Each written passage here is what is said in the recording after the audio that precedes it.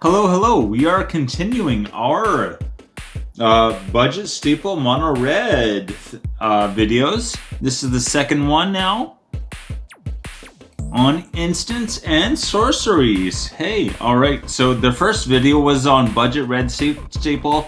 Again, it was all of these videos are on budget red staples.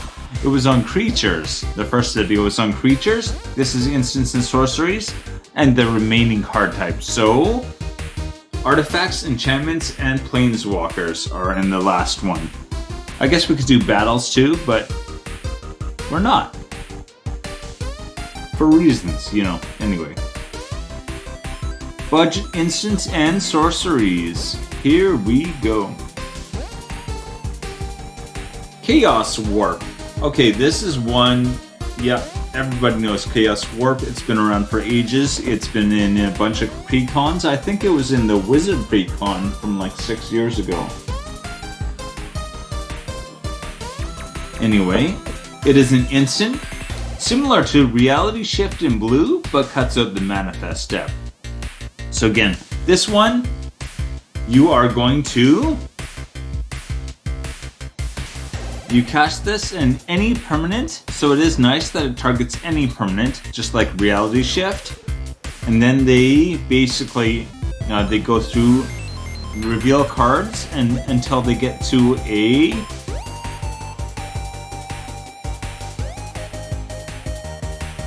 Oh, sorry, yeah, no. I'm saying it wrong already. Of course, they reveal the top card of their library. If it's a permanent, they put it into the battlefield. Okay, so if it is an instant or a sorcery, it's gone. If it's a land, it goes in. So, you know, this is risky, but at the same time, if they have a card that's causing a lot of trouble, this is what you want to use. And they shuffle it into their library first, which is... You know, like you could take the card off the battlefield, shuffle it into the deck, and then reveal that card on top. So just put it back into the battlefield. I'm sure that has happened. It sounds funny, kinda, and very frustrating. But anyway, this is only 24 cents right now. It is definitely down. I just like with the Reality Shift. Using this on your own, targeting your own creature. Maybe you've got like a creature token. Use it on that and get rid of your creature token out and cheat something really big into play.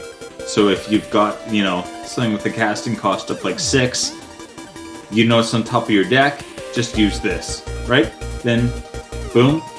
Or even use it on another card because it goes back into your deck, so you're not really losing it. Like it's off the battlefield, it's not out of the game. You're not exiling it. Anyway, Song of Totentens. I even practiced saying this yesterday. Song of Totentens is a sorcery. Generate X black rat creature tokens. So this, a token generator is always nice, first of all. And you can pay X and a red, right? So however many mana you pay, you make that many tokens. Which can be very nice a lot of times. This does not affect the color identity of the card. Again, the creature tokens you're making are black rat, but it's written black rat, right? Just like Mad Ratter. It does not mean this is the color identity of this card is still a mono red. It is not considered a black card or a Rakdos card. Rakdos red black, right? It is only a red card, even though it makes black. Big score. So this is an instant for 82 cents. As an additional cost to this, you discard a card. This is very useful in Madness decks. Madness, you actually get, often you discard things and then you get to play them from discard. Often for cheaper or some kind of bonus to the effect. So this is something you're usually looking for with Madness, but even if you have, some Madness cards in your deck, you can hopefully line this up and get that synergy. But anyway, it is draw 2 cards to create 2 treasures. Again, this costs 4, so you can create 2 treasures and draw 2 cards. 2 treasures is 2 mana. So, and then you get 2 cards. Basically, the net is 1 card is 1 mana, which is insanely good. That's good for blue, forget about red.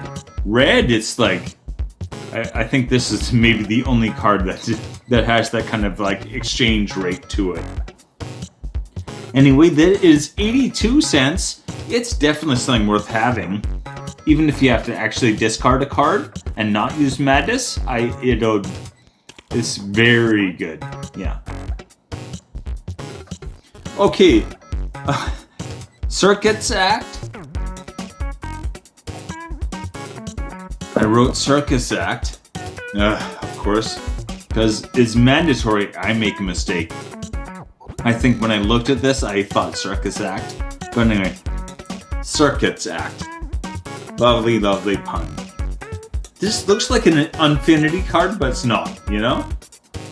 But anyway, it is a sorcery, and it has rolling dice. There's a lot of commanders now, even. Like, of course I'm spacing Will of the Frontier, I think is the name of the card, but yeah. When rolling dice, you can get a lot of bonuses for, basically. So here you roll 3 regular dice. By that I mean d6s or 6-sided dice. And for each different result, you create a 1/1 clown robot creature token. I love this card. Someone recommended this, and I have to buy some of these. It's just way too much fun, you know? I would point out that the odds of rolling 3 of the same number on a 6-sided die are very low, right? So probably you're going to have 2 that are different, and I think it's something, once you get 2 of the numbers, I guess it's 1 in 3 chance that the other one will be the same, technically. For some reason I thought before there'd be a 50% chance. I don't know why, but anyway. Okay. So, probably you are going to make 2 1/1 clown tokens, right? Most likely, I think that is the most likely thing. But if you can't make only 1, what the point I'm trying to make, that I'm taking the very, scenic route to the point, I'm getting there. But the point is, you can't make 1, right? If they're different, there's 2 that are different minimum, right? If you roll a 3, a 4, and a 3, there's 3 and 4. There's 2 different ones. So the minimum this makes is 2 different ones. I guess if you roll all 3, what are the odds of rolling all 3 the same though? I think 1 in... Is it 1 in 192, I think? I'm probably wrong. 196, something like that. But I'm probably wrong anyway. I'm acting like I can just figure out probabilities like sitting on the couch. No, I can't. Come on. Come on. I'm a liar. Anyway. Okay, Banefire. Here we got a sorcery. It is 46 cents, so a little more expensive than the 1 cent for the Circuits Act was 1 penny. But another sorcery here, and it deals X damage to target creature or player. Okay, so there are quite a few decks that will be able to, pump out enough mana to make this into a really heavy hitter.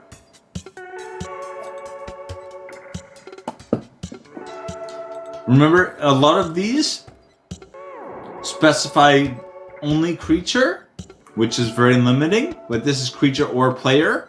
So first thing. Second thing, if X is 5 or more, it cannot be countered. So, blue counter spells? Nope. Also Ward, right? More and more cards are coming out with Ward, and there's more ways to get Ward. If you don't play the Ward cost, it doesn't matter, right? Because it can't be countered. Ward, if you don't pay with a ward, like the ward 2, if you don't pay 2, the spell gets countered. This can't be countered.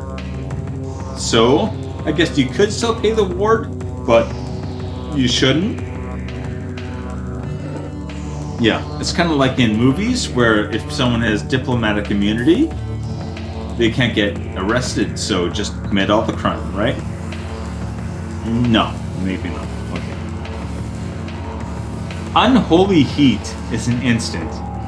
Okay, first of all, 1 red to do 2 damage. Shock, right?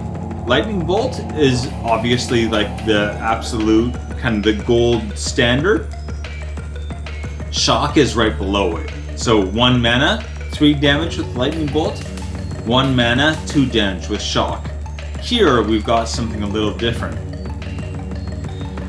So it deals 2 damage to target creature. It does specify creature. So there's the downside right there. But creature or planeswalker. Sorry, creature or planeswalker, but not player.